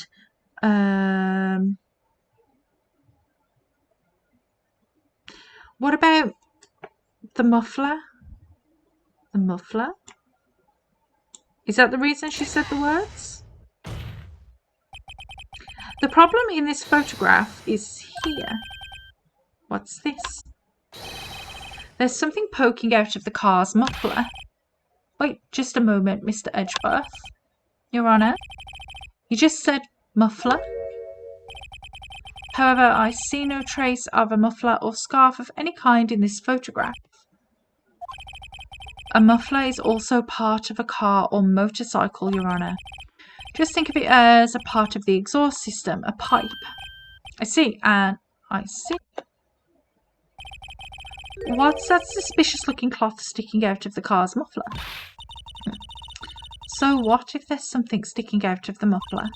What does that have to do with this case? Nothing. Absolutely nothing. It does so. Because you keep... Sorry, Miss Starr, but it's not going to be that easy. In fact, you've already told us why this is important to the case. You said as much in your testimony. What? Let's hear what Mr. Wright has on his mind. Tell us why you think this piece of cloth in the muffler is related to this case. Because she said it on the phone, maybe? Miss Starr, recall your testimony for the court? Ah, yes. When I arrested her, she mentioned the muffler. That's what had me confused in my earlier testimony. Muffler. Ugh. Could it be that the muffler you heard mentioned was it actually this exhaust pipe? If so, that means this piece of cloth is vital evidence. Oh. I think we got her.